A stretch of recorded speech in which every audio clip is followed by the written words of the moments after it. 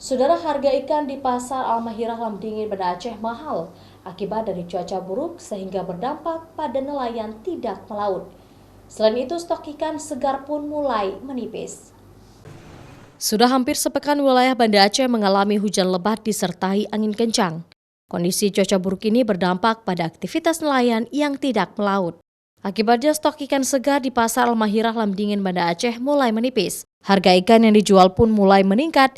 Setiap jenis ikan mengalami kenaikan harga sekitar Rp20.000 per kilogram, seperti ikan salam, tongkol, ikan dencis, sedangkan stok ikan segar seperti kakap kosong di pasaran.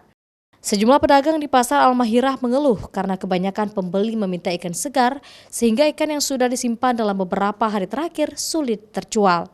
Memang harga hari ini luar biasa mahal loh. Luar biasa mahal. Kalau ikan selar 50-60 sekilo. Kalau dencis 35-30. Tongkol 35-30 sama juga.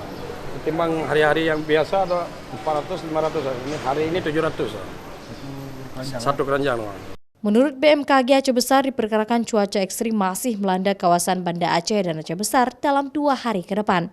Sehingga nelayan diminta waspada dan tidak melaut karena gelombang tinggi yaitu mencapai 2,5 meter hingga 4 meter. Nova Mistayanti, Kompas TV, Banda Aceh.